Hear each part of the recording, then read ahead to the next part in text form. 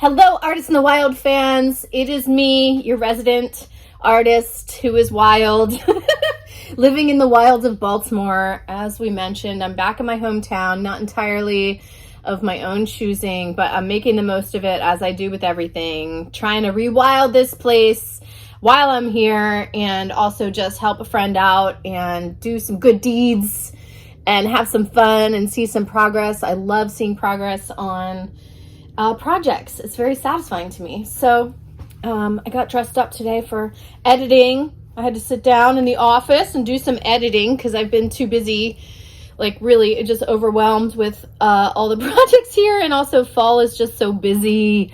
Isn't it been busy? My God, it's like a sprint always from Halloween through to Christmas. And every year I'm like, I'm going to take it slow. But it's like partly that thing because the weather's so nice and you're trying to get out there and do all the outdoor things. And then it's like all the indoor things, you're trying to prep for that too. And yeah, it's been crazy busy. So I'm here editing this episode today. I'm going to be showing you, at first I thought it wasn't that exciting. I was working on helping renovate one of the rental rooms, and it's kind of in a part of the house I don't totally focus on very much. As I mentioned, this house is really big and also very old and also needs a lot of help. So this was like a room.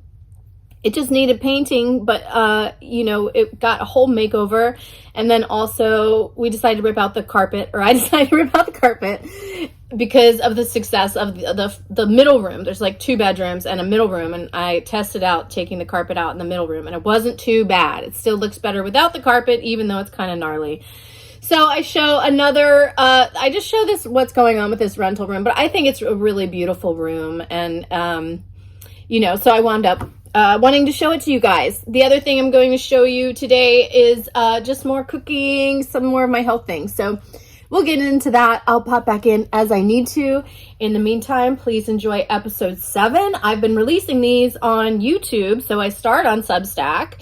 Start also with my mystery school. My mystery school is $9 a month. It's I go more in depth about sort of the logic and mysticism and reasons kind of behind just some of my philosophies and the way that I am, and just living a creative life and what that looks like, and how it lends me a much different perspective than most people. Kind of just a refreshing, different look on life. And I think, artists for me have always shown me through their life and through their work, how they did it. And even when I don't agree with their choices, it's like a map. You can see, and you're like, oh, like, maybe that you get tripped up here, or maybe, they married someone, they ruined their life there, or they made some bad financial decisions. And, so when you look at someone's like whole life, you can kind of see how these little jagged twists and turns start to shape who they are. And I think that's the greatest gift. I mean, artists have inspired me so much. I mean, I'm still so immersed with all of my artistic heroes and ancestors, and they just keep giving. That's the thing. It's like my deep and abiding love for like the Beatles, all the early rock and roll. I just love rock and roll so much. And, and the other artists, like, and it seems kind of trite or conventional to say it, just to name your sort of like populist heroes, like saying Frida Kahlo. It's like, who's not inspired by Frida? But it's like, really, she helped me to narrate my life in a visual symbolic language and showed me how to do it very simply. And so it's like these lessons keep growing inside of us. So that's what I try to give to you all, is a little roadmap showing you how one person did it. And it's great when you have a map, because then you can choose to go off of it, and then you can come back and you can kind of make your own map. But it's nice to start with one or a bunch, So I'm really just here encouraging everyone to get out of this materialist mindset, to step into spirituality, with which artists always did. And I think we're just now becoming more aware of like that separation, all of us. So as an artist, I was already steeped in this, the mystery, the unknown, in a conversation with my imagination. And then, as I've been more deeply waking up the last few years, I think this happened to a lot of us, especially during the pandemic, and you know, I moved out to the forest and I went through menopause, like a lot of things that just kind of really rewired me. And, you know, it's like starting to work with unseen forces. And this is magic. All that magic is shaping the world around you with everything that's available, right? Seen and unseen. So it's using unseen and seen forces to create the world around us. And this is what artists do. This is what I do, create a whole world around us that has a different feeling and flavor and comes from a different place or time. It's very evocative and it gives us this vibe. So I've been here, you know, I can't help doing that. Like my work is immersive. Like it's like the, you know, the whole thing kind of mushrooms around me.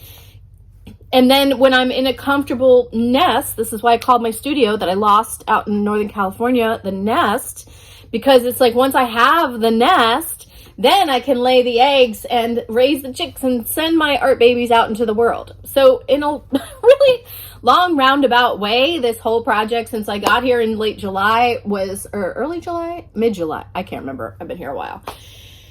Anyway, it's been months and it's like I've just been trying to get to a place where I can work, do my creative work. And unfortunately, my work is also pretty sprawling. You know, it's like I write, I perform, I paint, I build things, I like puppets, I like little immersive worlds inside of immersive worlds. So, you know, it's like a nested thing that is my work that I like to do. So I've been just trying to create some space to do that.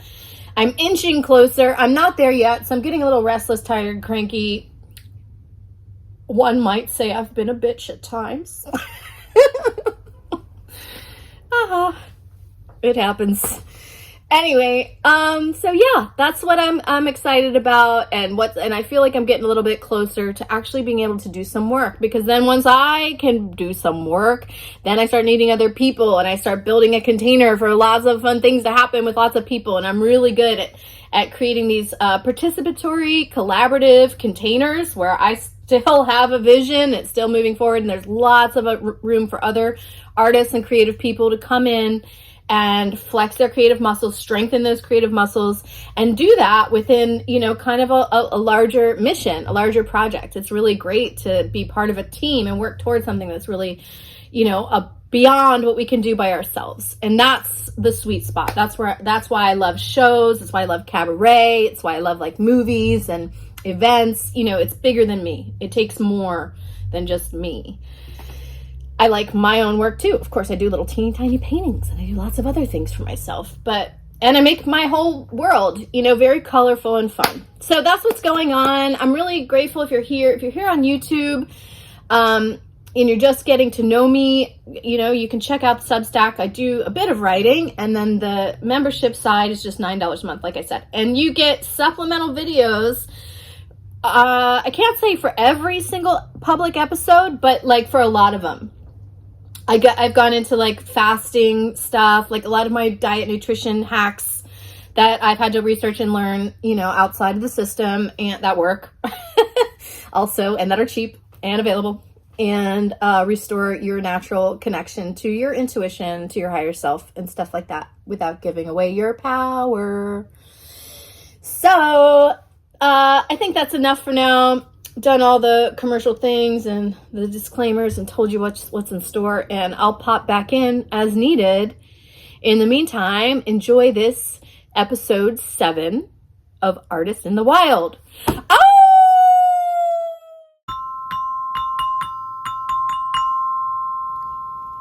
Look at me matching the room. It's like camouflage. It's like you can't even see me. I haven't been documenting very much because this is just like for the rental room portion, and it just seems boring. It's not as fun as some of the other projects, but I guess it is. Painted the doors a bunch of times, getting a good coat of white on everything. Chose this color based on how this linden tree looks with the sunlight coming through at the golden hour, which is one of my favorite. This room and the one downstairs in the late afternoon sun are just like, oh, they're sparkly. They're just it's so beautiful. Love that tree outside. And so this is captured sunlight through the linden tree kind of color. Yeah, that's what's happening. Giving my left hand some practice painting too. So I'm just going slow, enjoying the process. It's taken damn near forever, still doing it, and still got a lot to do.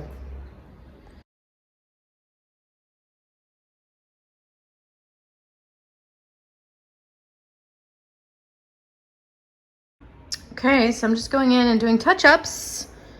The 2 colors, 3 technically, doing the ceiling touch-up too. So yeah, so just cleaning up some of this kind of stuff. Nothing more satisfying than a really clean edge for me. And like this, I kind of went up over the edge, but it makes a better seam. So I'm gonna just clean that up too. And yeah,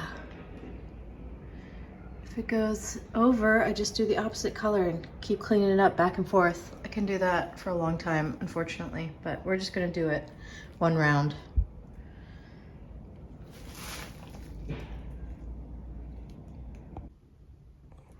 It's like around that time, isn't it? Just so beautiful in here. Wash those windows.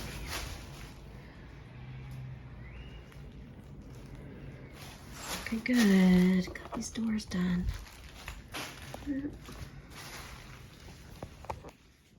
So pretty. Okay, today's the day the carpet's coming out, and hopefully we'll see how much work there is under there. Hopefully not much.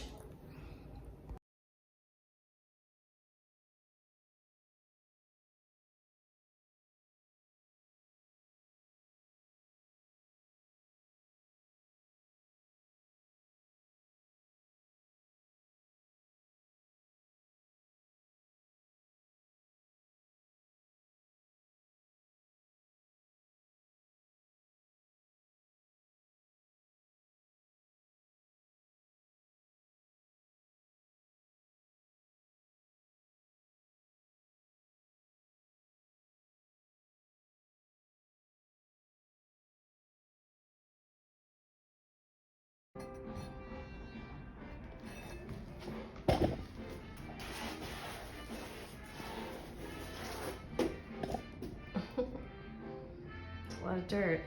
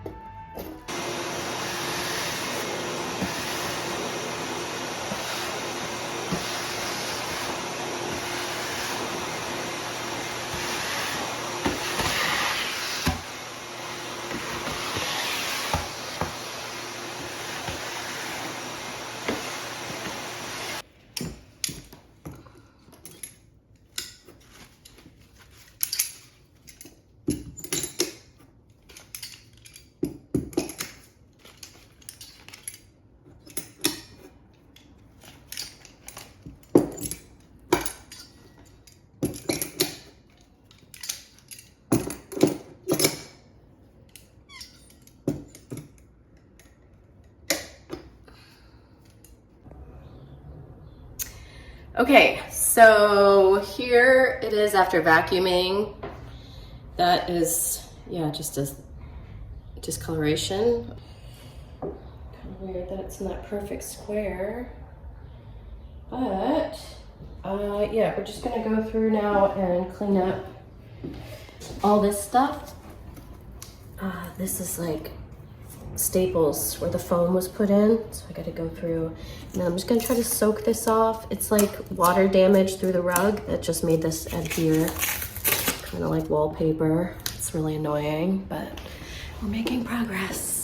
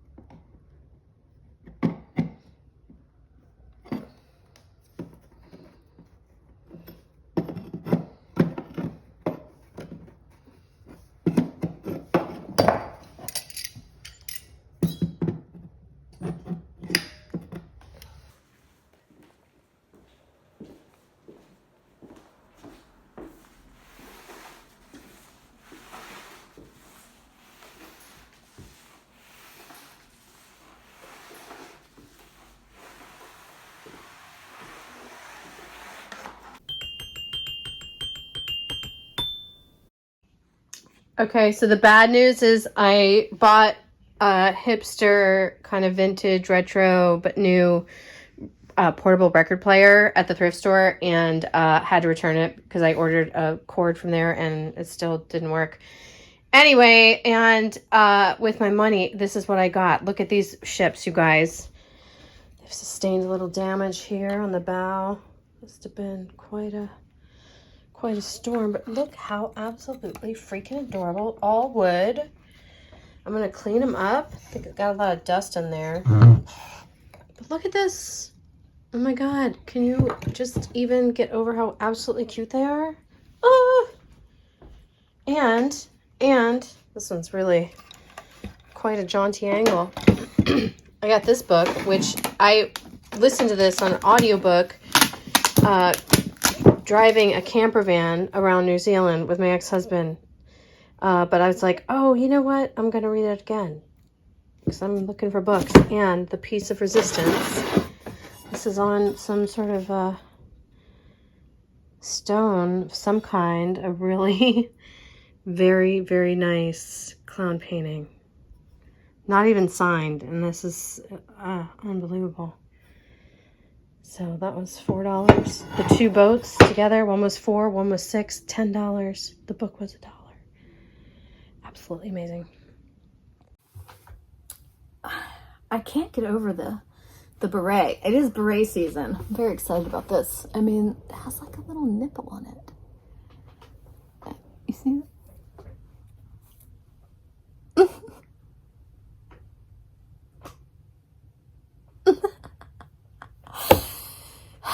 I think I'm funny, you guys. I have a good time.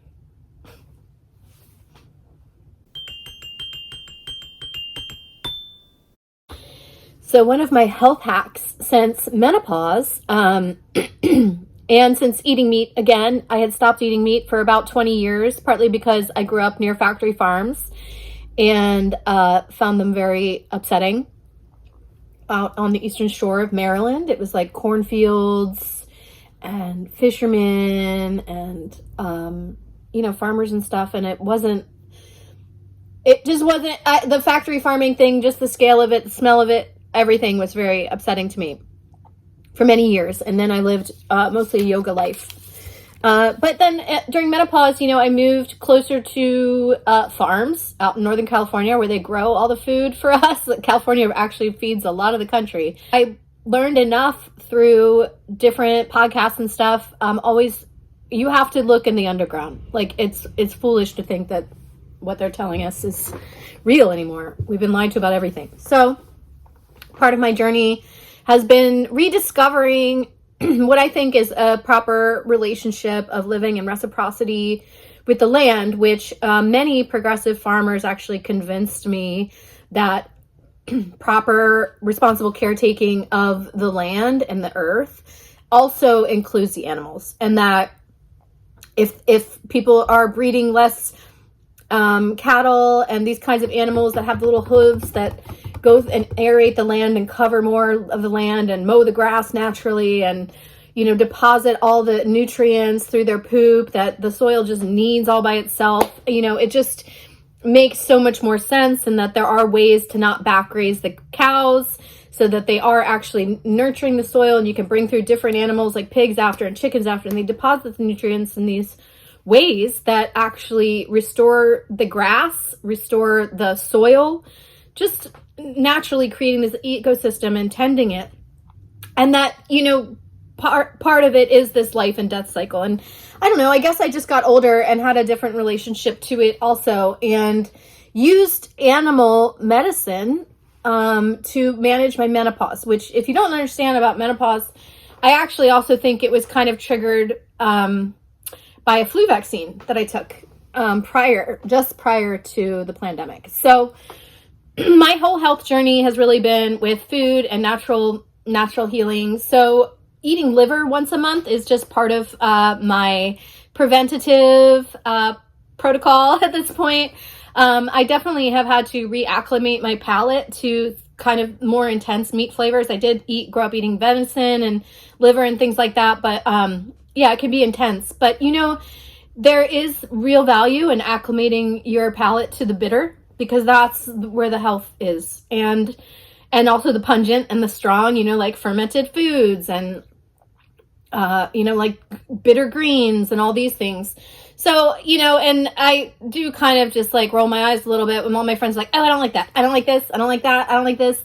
It's like, get to like it. Like, you know, drugs taste bad too. And people have no problem gobbling and snorting all of that crap. So I'm just like, this is actually like gonna make you live longer and better. So I've been experimenting with different liver preparations. The main thing that is important, no matter what I'm doing, whether I'm making meatballs or pate or just liver cutlets or whatever, liver and onions, classic. The main thing is to soak it in buttermilk, or I've done it with half and half, or, you know, just a real heavy fat milk of some kind, and it takes out the sort of metallic taste, and it really just to soften it. It's you know, and it's a couple hours or overnight, or I've done it for as much as 24 hours to soak it and then cook it. So enjoy this little recipe, and it turned out really good, actually. These are all the ingredients. Got shallots, fresh thyme, salt and pepper, 2 cloves garlic, some heavy cream, butter, and our liver.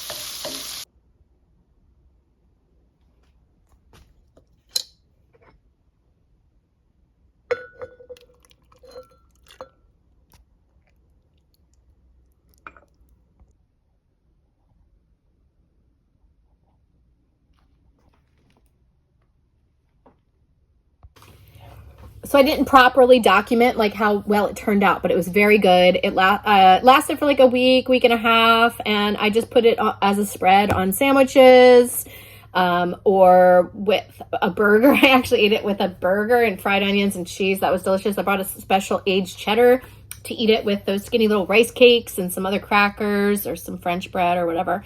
It turned out really good, and even my friends liked it.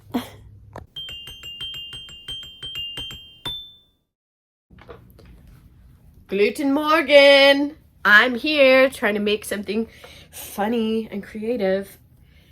I've had this idea for this character, oh God, years. my Gluten Morgan character. I got this wig for $5. I wanted to do long braids in my own hair, but you just need it bigger. Like, fake hair just gets so ratty and makes it very much more theatrical. So I thought I'm gonna try some wig Frankensteining. I'm gonna try to weave this red into this blonde wig and like bulk it up, you know, and put some wire in the braids and yeah, just do what I can. But I have so much hair, like you know, it's hard for wigs to even stay on my head. I usually have to do a chin strap. I mean, I'm not trying to hide the fact that I'm wearing a wig, so I never care. But this is a favorite. This used to be such a beautiful, like, long, luscious wig, and then this is what happens to him over time when you're going upside down and flipping around like a crazy person. But I started using this for Love Doctor. It went from my Moon Witch act, which was like really sexy and mysterious, and then it became like a comedy wig. Is what happened. So we'll see how it goes. But that's the project this morning. Okay, so I just got the braids out and cut off the top part. So I'm going to try to weave that into the cap of the other one. It's just a ticking time bomb of how much of a rat's nest I make this thing in handling it.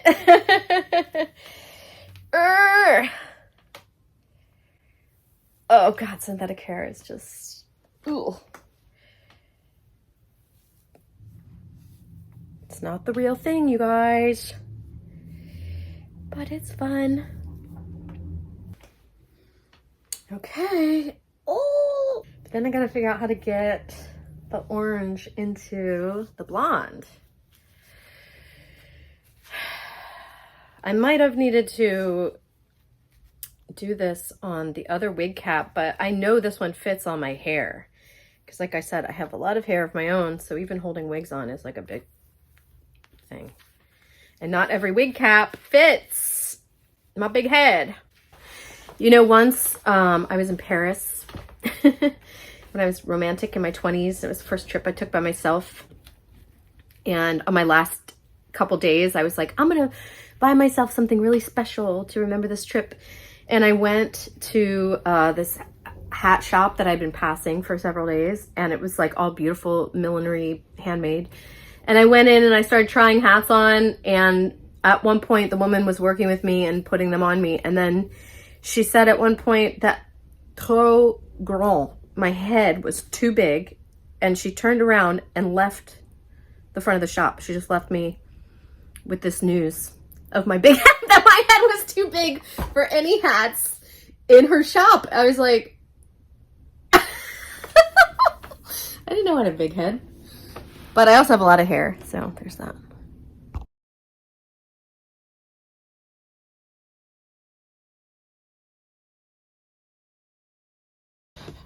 Okay, so I've gotten very rough weaving of a lot of the blonde in, and I'm going to just kind of try to start braiding it and see what happens. You can see I literally just wove it through the cap, and also did some stitching and stuff, but because I'm not sure how it's going to go, I'm keeping it loose for the time being. But I'm going to have to cut some of these orange tendrils and kind of felt them into the blonde bits. So that's next. And I'm also going to wire the braids. So yeah. Later transferred over to the 7 wandering stars, the 7 planets. And I also make the case that essentially the zodiac and the symbolism related to the zodiac came from the northern sky, that when you make reference to these 3 different ages, these 3 different symbolic ages, they each had a different sky clock. So during the polar age, the sky clock was Ursa Major and Minor going around the pole star.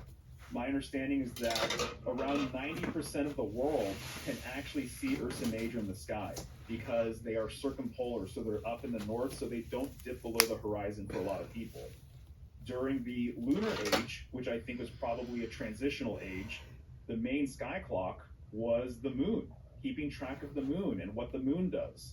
And then in today's world, in the solar age, I see it that the main sky clock is the zodiac, right? Because we're talking about the path of the sun. But I've read this from a couple of different authors now, that it seems as though the symbolism of the modern zodiac came from the northern sky. This author named John Major Jenkins, he has a book called Galactic Alignment. And he says that in the ancient Chinese world, they believed, or they looked towards the northern sky, they saw 8 constellations, 1 constellation per trigram of the I Ching. This is when they were more polar in nature. And then when they became solar, that they transferred these 8 northern constellations to the path of the sun, and then added 4 more constellations, giving them 12 zodiac constellations.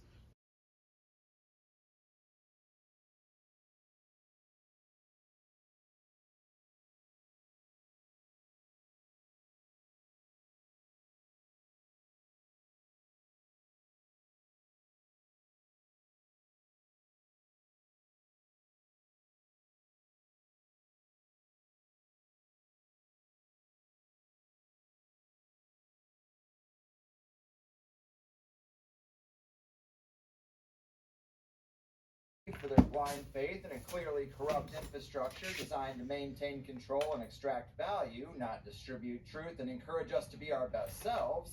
To be fair about it, it's also lazy and naive to perpetuate alternative media hype stories.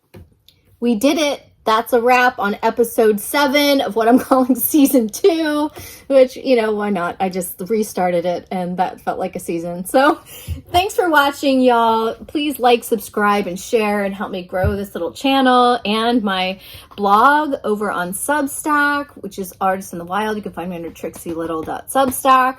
I have a website, all the things. Don't forget, I'm very entertaining and putting on shows is my specialty. So if you're planning anything fun, let me know. And to close out this episode, I'm going to show you some beautiful footage. I have been missing Northern California very much. I fell in love with the land out there and that deep forest in the mountains, and I've been missing it. So it was nice when my neighbor, my friend, asked me the other day if I wanted to get out of the city and go see some leaves, some of the fall color, and it did not disappoint. It was so beautiful. We went to the Loch Raven Reservoir, which is a body of water that's like the drinking water for the city. We're not allowed to swim in it, which is ironic because they want to preserve it so that they can dump their chemicals in it like chlorine and basically turn it into pool water that they then give to the people to drink. So it would just be better to turn it into a pool, let the people swim, and then we could just drink that water, and it would probably be better for us. But anyway, the walk was beautiful, the leaves were stunning, and we got to see some very silly geese. So thanks for watching. See you in the next one. Ow!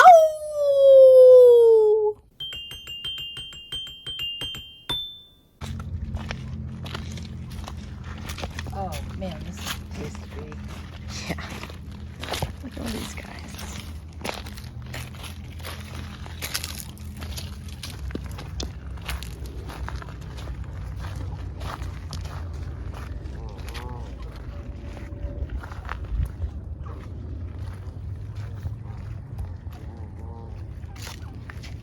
Why couldn't they go upside down? Got their butts in the air. It's so funny. You see them with their butts in the air? Yeah, isn't that adorable? Look, all of them have their butts in the air. They're like, they're not close enough to disturb our feeding. Oh my God. Just doing handstands.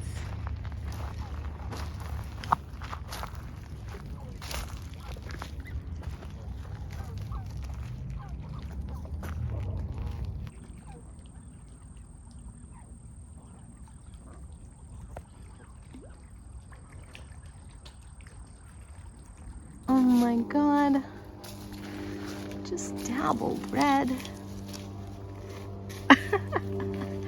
Just dipped your little nails in there.